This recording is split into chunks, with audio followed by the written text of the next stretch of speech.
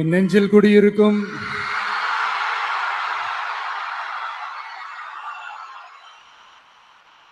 கரூர் சொந்தங்கள், உங்கள் அனைவருக்கும் என்னுடைய வணக்கம்.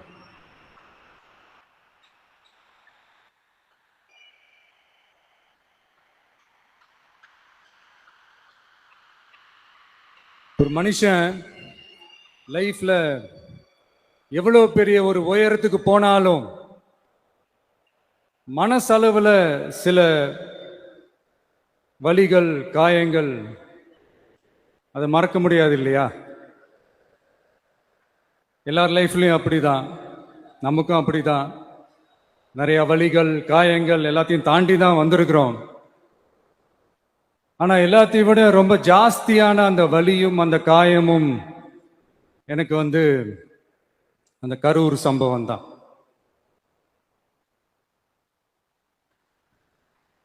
மக்களை சந்திக்கணும், மக்கள் பிரச்சனைகளை எடுத்து பேசணும்.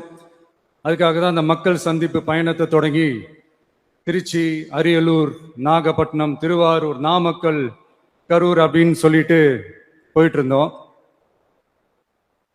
அரியலூர்ல அந்த மீட்டிங் முடிச்சுட்டு பெரம்பலூர் போறதுக்கு முன்னாடி அந்த பெரம்பலூர் போலீஸ் எங்களை அலர்ட் பண்ணாங்க. சரிங்க, கூட்டம் கொஞ்சம் ஜாஸ்தியா இருக்கு, லேட் ஆயிடுச்சு, வராதீங்க அப்படின்ட்டு. So we had no choice. Police சொன்னால் நம்ம அதை ஒபே பண்ணி தானே ஆகணும். அதே நேரத்தில் பெரம்பலூர் மக்களோட அந்த சேஃப்டியும் மைண்டில் எடுத்துக்கிட்டு ஒரு மன வலியோடவே திரும்ப போயிட்டோம். அதுக்கப்புறம் பெரம்பலூர் தொகுதி மக்களுக்கு மன்னிப்பும் கேட்டோம். மக்கள் அந்த மீட்டிங் முடிச்சுட்டு கரூர் வரும்போது அந்த கரூர் போலீஸ் எங்களை அலர்ட் பண்ணியிருக்கலாம்ல.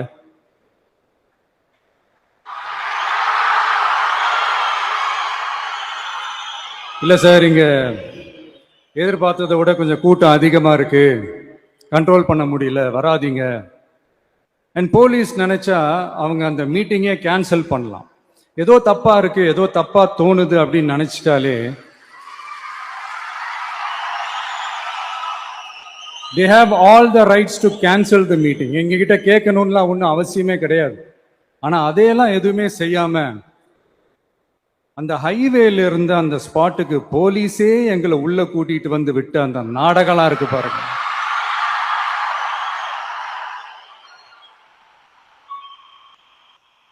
நம்பிட்டேங்க, முழுசா நம்பிட்டேன். அன்னைக்கு இருந்த அந்த கரூர் போலீஸ் பேசும்போது தேங்க்ஸ்லாம் சொன்னேன் அவங்களுக்கு. எனக்கு தெரியாது இப்படி ஒரு நாடகம் நடக்கும். இதுக்கெல்லாம் யார் காரணம்?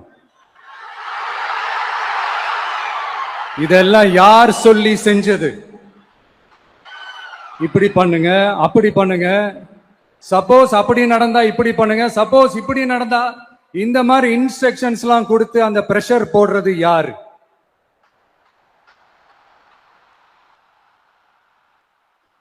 அந்த சம்பவத்துல நம்ம யாரெல்லாம் இழந்திருக்கோம் தெரியுமா? ஒரு டிவியில என் படமோ பாட்டோ வந்துச்சுன்னா, அம்மா விஜய் மாமா, அம்மா விஜய் மாமா அப்படின்னு சொல்லி அவங்க அம்மா கிட்ட சிரிச்சுக்கிட்டு அந்த டிவி ஸ்கிரீனை போய் தொட்டு முத்தம் கொடுத்துக்கிட்டு என் அக்கா தங்கச்சிங்களோட தங்க பிள்ளைகளை இழந்திருக்கோம்யா. மழலை கூட சரியா வராதப்போ ஒரு பேப்பர் மேகசின்ல என் போட்டோவை பார்த்தா அது சிரிச்சுக்கிட்டு அந்த கள்ளங்கபடம் இல்லாத அந்த சிரிப்பு, அந்த கடவுள் மாதிரி இருக்கிற அந்த பச்சை பிள்ளைங்களை இழந்திருக்கோம்யா. என் அக்கா தங்கச்சி, அண்ணன், தம்பி, குடும்ப உறவுகளை இழந்து அந்த வலியோட இருக்கிற என்ன நீங்க ஏளனமா பேசுறீங்களா? என் மேல பழிய தூக்கி போடுறீங்களா? இப்படி ஒரு சம்பவம் நடந்துருச்சு. இது ஏன், எதனால, அதுக்கான பின்னணி என்னன்ட்டு அந்த வலியோட வீட்டுல உட்கார்ந்துட்டு இருக்கிற ஓடி ஒளிஞ்சிட்டான் வர சொல்றீங்களா? வாயின்னு முன்ன இருந்தா என்ன வேணாலும் பேசுவீங்களா?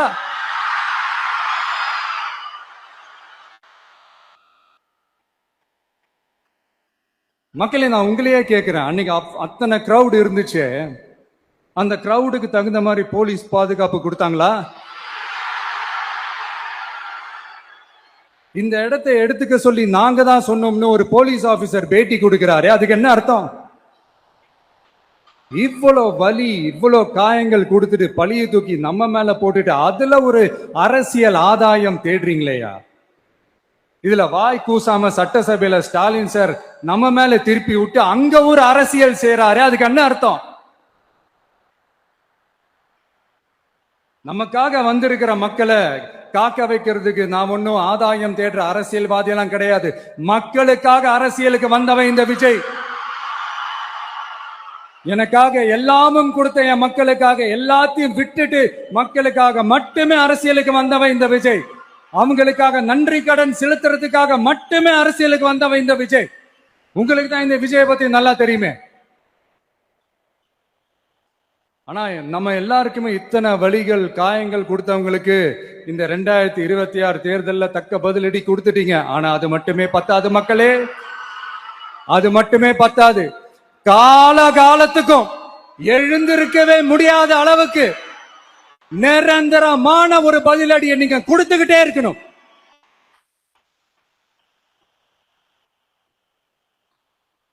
இப்படி எல்லாம் பண்ணா நான் மக்களை விட்டு ஓடிடுவேன் நினைப்பா? யார் என்ன ஓடினாலும் நான் மக்களை விட்டு எல்லாம் ஓட மாட்டேன். அன்னைக்கும் சொன்னேன், இன்னைக்கும் சொல்றேன், நாளைக்கும் சொல்றேன், தில்லா சொல்லுவேன், கெத்தா சொல்லுவேன். பணமா ஜனமா அப்படின்னு கேட்டா என் ஜனம் தான்டா எனக்கு முக்கியம்.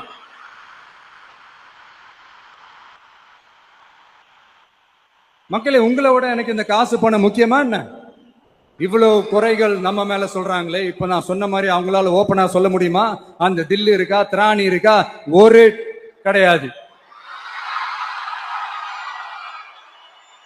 ஆனா நம்ம மக்கள் அமைச்சு கொடுத்த நம்ம அரச குறைகள் மட்டும் டிசைனா மாடலா குறைகள் மட்டும் சொல்லுவாங்க. ஒவ்வொரு டிபார்ட்மெண்ட்லயும் அந்த பார்ட்டி ஃபண்ட், அந்த கட்சி நிதின்ற பேர்ல அடிக்கிற கொள்ளையெல்லாம் இந்த தீய சக்தியா இருக்கட்டும், தீந்து போன சக்தியா இருக்கட்டும், ரெண்டு பேரும் மாறி மாறி இதே தான் செஞ்சிட்டு இருக்கிறாங்க. இதுல ஒரு ஹைலைட் காமெடி என்னன்னா, சட்டசபையில பேசும்போது பார்ட்டி ஃபண்டுன்னு தான் சொன்னேன். அது எந்த பார்ட்டி, என்ன ஃபண்டு, யாரு, என்ன பேரு எதுவுமே சொல்ல. பார்ட்டி ஃபண்டுன்னு சொன்னவனை எடுத்தாங்க பாருங்க ஒரு ஓட்டம்.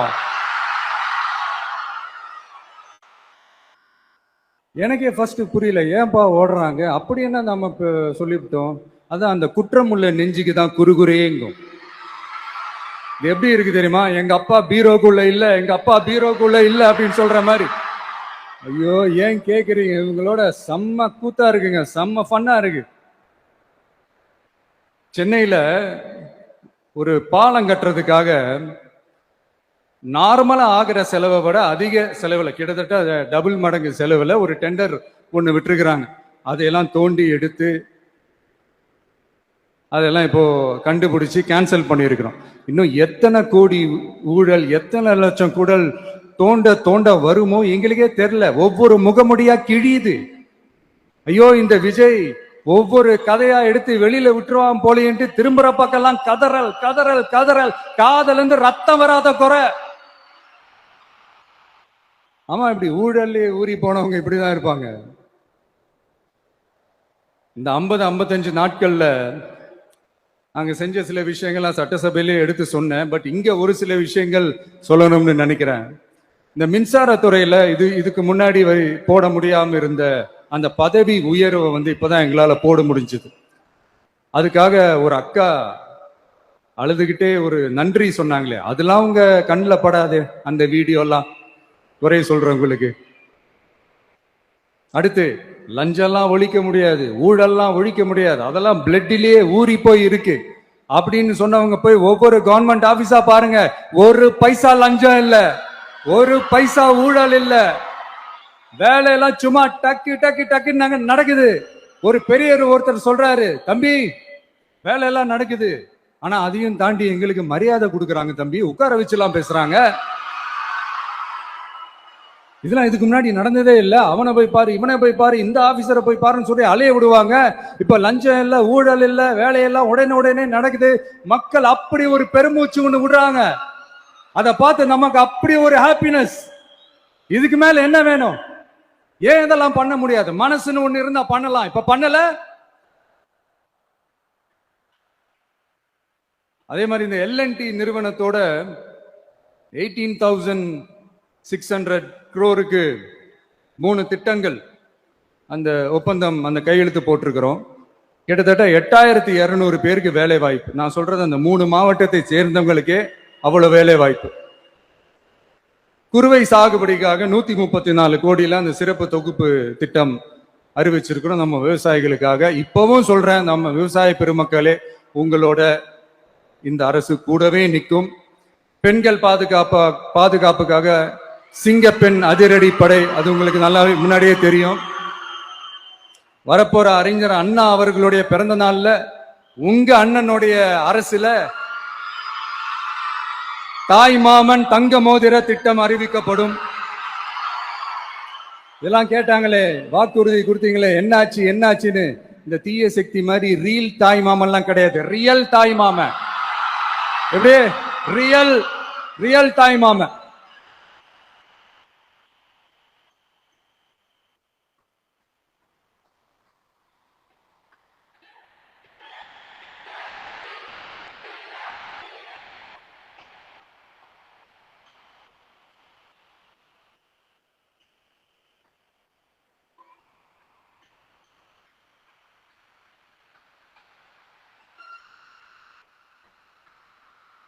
இந்த தீய சக்தியை பத்தி, அவங்க நிர்வாகத்தை பத்தி ஒரு வெள்ளை அறிக்கை ஒன்று வெளியிட்டோம்ல, அது ஷார்ட் அண்ட் ஸ்வீட்டா சொல்லணும்னா, ஒரு ஓட்ட பாத்திரத்துக்குள்ள தண்ணி ஊத்திக்கிட்டே இருந்திருக்கிறாங்க. பாத்திரம் எம்டியாவே இருந்திருக்கு, ஆனா ஊத்தின தண்ணி தான் எங்க போச்சுன்னு தெரியல. கடவுளுக்கு தான் வெளிச்சம். அது மாதிரி இப்ப நம்ம சொன்னதெல்லாம் சும்மா ஒரு சாம்பிள் தான்.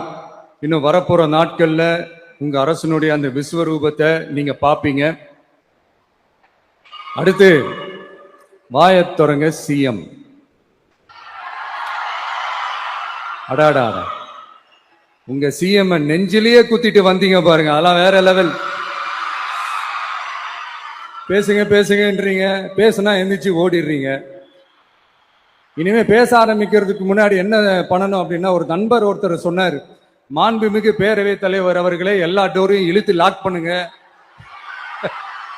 அப்படின்னு சொல்லிட்டு தான் பேச ஆரம்பிக்கணும் போல் இருக்கு. ஏன்னா பேசிருக்கும் போது எந்திரிச்சு ஓடிடுறாங்க. 5 நிமிஷம் பேசினதுக்கே குளத்தூர்ல கொத்து பரோட்டா போட்டாங்க. இதுக்கு மேல பேசினா மொத்தமா முடிஞ்சிடும், பாத்துக்கங்க. நாம அரசியல் பேசினா விஜயெல்லாம் அரசியல் பேசலாமா அப்படிங்கிறது. சரிப்பா, நமக்கு எதுக்கு வம்பு, நம்ம பாட்டுக்கு நம்ம வேலையை பார்ப்போம், எதுக்கு அவங்கள பத்தி பேசிக்கிட்டு அப்படின்னு இருந்தா விஜய்க்கு அரசியலே பேச தெரியல அப்படிங்கிறது. இப்படியே மாறி மாறி மேகதாது அணையை பத்தி என்ன தெரியும், விஜய் அதை பத்தி பேசல. இப்படி நம்ம அரசியலுக்கு வந்ததுல இருந்தே ஒரு கூட்டம் குறை மேல குறையா சொல்லிக்கிட்டு, பாட்டுக்கு பாட்டு கச்சேரி எங்களுக்கும் பண்ண தெரியும், பண்ணலாமா? இந்த மேகதாது அணை சம்பந்தமான அந்த வழக்குல தமிழ்நாட்டோட பெட்டிஷனை சுப்ரீம் கோர்ட் எப்போ ரிஜெக்ட் பண்ணுச்சு? அப்ப யார் ஆட்சியில் இருந்தா? ஏன் ஒழுங்கா வாதாடல? நீங்க ஒழுங்கா வாதாடி இருந்தீங்கன்னா அதை ரிஜெக்ட் பண்ணியிருக்க மாட்டாங்கல்ல. ஏன் ஸ்டாலின் சார் வேணும்னே விட்டுட்டாரா? ஏன் இப்படிலாம் கேள்வி கேட்கலாமா? இப்படிலாம் கேள்வி கேட்டாதான் மேகதாது அணையை பத்தி பேசுனதா அர்த்தமா? ஏன் அந்த ஸ்டேட் சிஎம் பேசுறாரு, நீங்க ஏன் பேசல? அப்படின்னா நம்ம ஸ்டேட்டோட உரிமையை எங்க நிலைநிறுத்தணுமோ அதுக்காக வேலை பார்க்கறது மட்டும்தான் முக்கியம். சும்மா சவால் விட்டுக்கிட்டு சீண்டி பார், நான் யார் தெரியுமா, தொட்டு பார், இப்படிலாம் பேசிக்கிட்டு இருந்தா வேலைக்கு ஆகாது. சும்மா பேசி பேசி பிரச்சனையை வளர்த்துக்கிட்டு யார் மேலே அது பழிய தூக்கி போட்டுட்டு அப்புறம் மக்களை அம்போன்னு தெருவில் விட்டுட்டு இப்படிதான் ஒரு அரசியல் பண்ணணும்னா அந்த அரசியல் நமக்கு தேவையும் இல்லை, அதை நம்ம செய்யவும் போறதில்லை. Talk less work more mode தான், அதுதான் நம்ம பாலிசியே. அதனாலதான் சட்டசபையில அந்த அரசினர் தீர்மானம்னு சொல்லி ஒன்று கொண்டு வந்தோம். அதை எப்படி டு டேக் இட் ஃபார்வர்ட், எப்படி கொண்டு போனோமோ அதை சரியா செய்வோம். சென்ட்ரல் கவர்மெண்ட்ல இருந்து அந்த டீலிமிட்டேஷனை திரும்ப கொண்டு வர போறதா ஒரு பேச்சு ஒன்று அடிபடுது. யார் என்ன டீலிமிட்டேஷன் கொண்டு வந்தாலும் தமிழ்நாடு அது ஒத்துக்காது. நமக்கான இடத்தை யாரும் பறிக்கவும் முடியாது, அது பறிக்கவும் விட மாட்டோம். இப்படி நாம இருக்கும் போது இந்த தீய சக்தி திமுக எங்க போய் நிக்குது, யார் கதவை தட்டிக்கிட்டு நிக்குது, அது உங்களுக்கே நல்லா தெரியும். மக்களே, இந்த தீய சக்தியும் தீந்து போன சக்தியும் வேற வேறலாம் இல்ல, கூட்டு களவாணிங்க. சொல்ல முடியுமா அவங்களால? எங்களுக்குள்ள ஒட்டும் இல்லை, உறவும் இல்லை, அறிவிக்க முடியுமா? நிரூபிக்க முடியுமா? இந்த வரப்போற இடைத்தேர்தல் அதை நிரூபிச்சு காட்டுங்க, அப்புறமா பேசுங்க. மக்களை, என் மனசை விட்டு கரூர் எப்பவும் நீங்கவே நீங்காது. நமக்கு ஏற்பட்ட வேதனையான சம்பவத்தை, நமக்கு எதிராக நடந்த சதிய சூழ்ச்சிய இனி வர்ற ஜெனரேஷனும் அவங்களுக்கு தெரியப்படுத்தணும்ல. அதுக்காகவே இனி ஒரு அரசியல் சதிய, அரசியல் சூழ்ச்சிய யாரும் யோசிக்கவே கூடாதுன்றதுக்காகவே கரூர்ல ஒரு நினைவு சின்னத்தை நம்ம டிவிகே சார்பா அமைக்கப்படும் அப்படின்றத அறிவிக்கிறோம். அப்புறம் கரூர்ல இருந்து ஒட்டுமொத்த தமிழ்நாட்டு மக்களுக்கும் சொல்றேன், உங்க டிவிகே அரசு உங்களுக்காகத்தான் உழைக்கும். அடிப்படை வசதிகளை முதல்ல நிறைவேற்றணும். ஒரு பக்கம் நிதி நிலைமையை சரி செஞ்சுக்கிட்டே, இன்னொரு பக்கம் அப்படியே நாம சொன்னதுல பிரையாரிட்டி பார்த்து ஒவ்வொன்னா படிப்படியா நிறைவேற்ற ட்ரை பண்ணுவோம். இது எப்பவும் உங்களுக்கான அரசா தான் இருக்கும். இந்த விஜய் உங்க விஜயா தான் இருப்பான். நீங்க உரிமையோட உங்க கவர்மெண்ட்டை நீங்க அணுகலாம். இந்த தீய சக்தி ஆட்சி முடிஞ்சு பொட்டிக்குள்ள போனதுல இருந்து என்னென்னமோ பண்றாங்க, இது ஏதோ பேசுறாங்க, சோஃபாங்கிறாங்க, வாஷிங் மிஷினுங்கிறாங்க. இந்த அரசியல் வியாபாரம் பண்றதுக்கான அந்த வெண்டிங் மெஷினே அவங்க தான். யாரு? இந்த திமுக. இதுல நம்மளை பார்த்து வாஷிங் மிஷினுங்கிறாங்க. எலெக்ஷன்ல ஓட்டுக்கு காசு கொடுக்கிற அந்த கலாச்சாரத்தை, அந்த கல்ச்சரை அடிச்சு நொறுக்கி இருக்கிறோம். எலெக்ஷன்லயே அப்படி வேலை பார்த்த நாம, நமக்கு எதுக்கு இந்த குதிரை, கழுத, ஒட்டக பேரம் எல்லாம்? மக்களின் பக்கம். அப்படி இருக்கும்போது நமக்கு எதுக்கு இந்த பேரம் எல்லாம்? இந்த திருட்டு திமுக ஆட்சியை வச்சுக்கிட்டு ஊர் அடிச்சு ஒலையில போட்டு இந்த கொள்ளையை அடிச்சதுனாலதான் உங்க கரூர் கம்பெனி ஓனர் ஒருத்தர் எங்க எங்க இருக்காருன்னே தெரியாம ஓடு ஓடு ஓடு ஓடு ஓடு ஓடு ஓடு ஓடு வராம் பாரு வேட்டக்காரன் ஓடினே இருக்கிறாரு. இன்னொருத்தர் ஃபாரின்ல போய் ஒளிஞ்சுக்கிட்டாரு. ஃபாரின் ஸ்டாலின் சார் நினைச்சிட போறீங்க, அவர் இல்ல. எனக்கு எப்பவுமே ஸ்டாலின் சார் மேல ஒரு தனி பாசம் ஒண்ணு உண்டு. அவரு கிடையாது, இவரு வேற. சிங்கப்பூருக்கு செக்கப்புக்கு போனார்ல அவரு. இன்னும் தோண்ட தோண்ட எத்தனை பேர் மாட்ட போறாங்களோ தெரியல. உங்ககிட்ட யாராவது லஞ்சம் ஏதாவது கேட்டாங்கன்னா கொடுக்க முடியாது சொல்லுங்க, நான் இருக்கேன் உங்களோட. அப்படியே யாராவது ஃபோர்ஸ் பண்ணாங்கன்னா, இது எங்க மகன், எங்க புள்ள, எங்க அண்ணன், எங்க தம்பி, எங்க விஜய், எங்க விஜயோட ஆட்சின்னு ஸ்ட்ராங்கா சொல்லுங்க. மக்களை, நீங்க கூட இருக்கும் போது லஞ்ச ஊழல் மட்டும் இல்ல, அதிகாரத்தை வச்சு ஆட்டம் போடுற யாரா இருந்தாலும் அடங்கிடுவாங்க. இந்த கடமை, கண்ணியம், கட்டுப்பாடுன்ட்டு ஒரு காலத்துல கொள்கையோட இருந்த கட்சியெல்லாம் இன்னைக்கு எப்படி இருக்கான்னு உங்களுக்கே தெரியும். அதாவது இந்த டிவிகே கட்சியோட தலைவரை எதிர்க்கிறதுல ஒரு நியாயம் இருக்கு. ஏன்னா உங்க பொழப்புல மண்ணள்ளி போட்டான். என்ன, இந்த ஊழல் லஞ்சம்லாம் பண்ண மாட்டேன்னு சொல்லி உங்க அரசியலே ஒரு தெருமுனைக்கு கொண்டாந்து விட்டான். மக்கள் வேற அவனை தான் நம்புறாங்க. ஸோ இந்த விஜயை எதிர்க்கிறதுல ஒரு அரசியல் நியாயம் இருக்குது, அது புரிஞ்சுக்கலாம். ஆனா இன்னைக்கு இந்த விஜய மக்கள் ஓட்டு போட்டு ஜெயிக்க வச்சு ஒரு தீர்ப்பை கொடுத்து மக்களுக்காக வேலை செய்யறதுக்காக முதலமைச்சரா உட்கார வச்சிருக்கிறாங்க. என்னமோ இன்னமும் நீங்க தான் ஆட்சியில் இருக்கிற மாதிரி. விஜய் கரூருக்கெல்லாம் போக கூடாது, விஜய் இங்க போக கூடாது, அது செய்யக்கூடாது, இது செய்யக்கூடாதுன்னு எனக்கு புரியலையே. ஆட்சியில் இருக்கும் போது தான் இவ்வளவு கட்டுப்பாடெல்லாம் போட்டீங்க, எஸ்ஓபிஸ் எல்லாம் போட்டீங்க, ஸ்டாலின் சார் ஆப்ரேட்டிங் ப்ரொசீஜர்லாம் போட்டீங்க. இப்பவும் அதே பண்ணிட்டு இருந்தீங்கன்னா என்ன சார் நியாயம்? இல்ல, நான் தெரியாம தான் கேட்கறேன். இன்னும் கனவுலயே இருக்கிறீங்களா? முதல்ல முழிச்சு வாங்க, ரியாலிட்டிக்கு வாங்க. உங்க ஆட்சி எல்லாம் வீட்டுக்கு போய் டிவிக்கேன்னு ஒரு ஆட்சி வந்து ரொம்ப நாள் ஆச்சு. ஒழுங்கா படி, ஒழுங்கா படி என்று சுப்ரீம் கோர்ட் ஓங்கி மண்டேலியே நறுக்கு நறுக்கு நறுக்கு என்று செம்மட்டியாலே அடிச்சும் இந்த திமுக முழிச்சுக்கல அப்படின்னா அப்ப கொஞ்சம் கஷ்டம்தான். வெற்றி தோல்வி எல்லாம் அரசியல சகஜம் சார். அதுக்காகலாம் வெறி பிடிச்சி இந்த பதவி வெறி பிடிச்செல்லாம் அலைய தேவையில்லை. நல்ல விதமாவே சொல்றேன், நியாயமான அரசியல் பண்ணுங்க. ஓ, அதுதான் உங்களுக்கு தெரியாதுல்ல. இந்த தீய சக்தி திருத்தவும் முடியாது, அவங்களா திருந்துவாங்கன்னு பார்த்தா அதுவும் நடக்க போறதில்ல. அதனால வரப்போற